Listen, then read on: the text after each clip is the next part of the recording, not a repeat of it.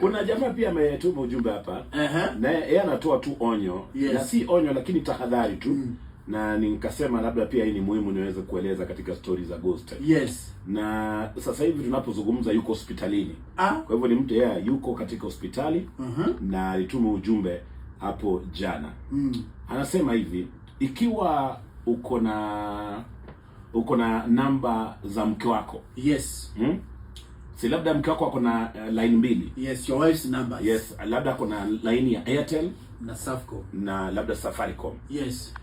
Unapo save hizi namba kwa simu yako, tafadhali usiwahi, nimekwambia uko hospitalini ya. Usiwahi why you laughing at Japanese story? I'm imagining. Stop imagining.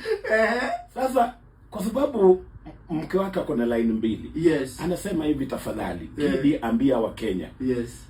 Line ya Airtel na Safaricom usisave ati wife 1, wife 2. Unajua line ya Airtel huyu jamaa anasema alikuwa amesave wife 1. Yes. Alafu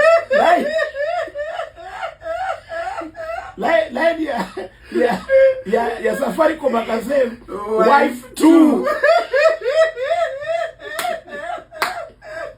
Sasa mke wake alikuja akapata simu yake ameandika wife 1, wife 2. Anauliza huyu wife 2 ni nani?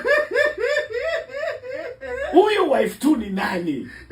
Kabla yaeleze kwamba hizi ni namba zako zote. Jamaa yuko hospitalini. Wewe aliniambia ambia wa Kenya jamani. Andika hata mama nani. Kama ni mama Mary. Yes. Sasa jamaa anaugua bure. I say, ni wife 1, wife 1, wife 2. Kabla afanye explanation. Yes. Jamaa mambo yake imeisha.